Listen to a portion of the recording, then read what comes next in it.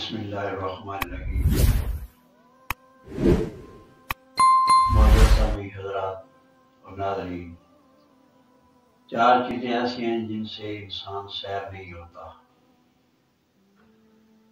ایک ہے کتاب اللہ، دوسری ہے کعبۃ اللہ، تیسری ہے محمد رسول اللہ صلی اللہ علیہ وسلم، اور چوتھی ہے حزب اللہ، یہ صحابہ کرام رضوان علیہم اجمعین۔ یہ چار چیزیں ایسی ہیں جو ایمان کو تازگی بخشتی ہے۔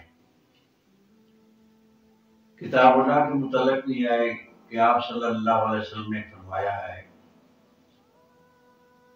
کہ افضل العبادت امتی تلاوت القرآن، میری امت کی افضل عبادت جو ہے وہ قرآن مجید کی تلاوت ہے، کیونکہ تلاوت سے انسان کو موت یاد آتی ہے، تلاوت سے ہی انسان کے ایمان میں تازگی آتی ہے، تلاوت سے ہی انسان جو ہے دل میں سرور اور خوشی محسوس کرتا ہے، اور تلاوت ہی ایک ایسی چیز ہے جس سے انسان کی تکلیفیں اور مصیبتیں دور ہوتی ہیں۔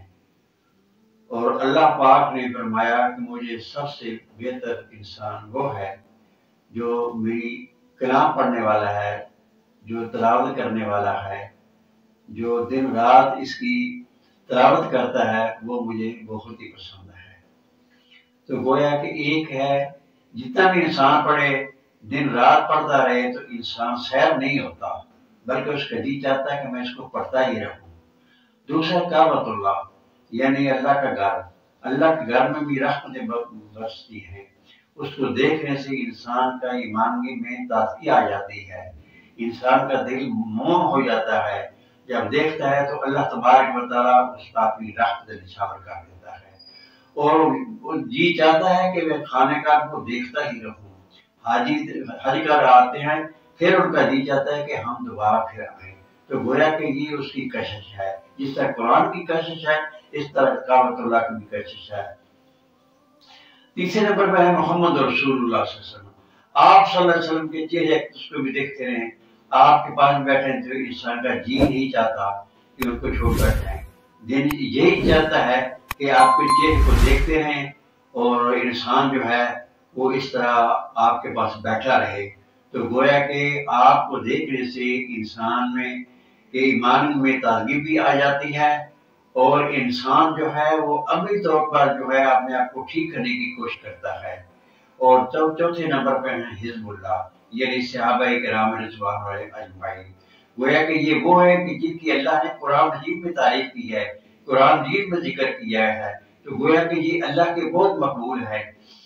ایک فارسی میں آتا ہے یک زمانہ صحبت با اولیاء بہتر صلاح طاعت بیریا۔ اگر ایک انسان ایک ولی کو، اللہ کے نیک بندے کو، سنت اور قرآن پر عمل کرنے والے کو، اللہ تعالیٰ کے قانون کو ماننے والے کو، اور پیغمبر علیہ السلام کی سنت کے مطابق عمل کرنے والے کو جو ایک ولی ہوتا ہے، اگر اس کو دیکھنے سے یک زمانہ صحبت با اولیاء، اس کی ایک منٹ بھی صحبت میں سے 1000 سال کی بات سے بہتر ہے، تو وہ تو صحابہ کرام ہیں کہ جن کی اللہ نے قرآن میں ذکر فرمایا ہے۔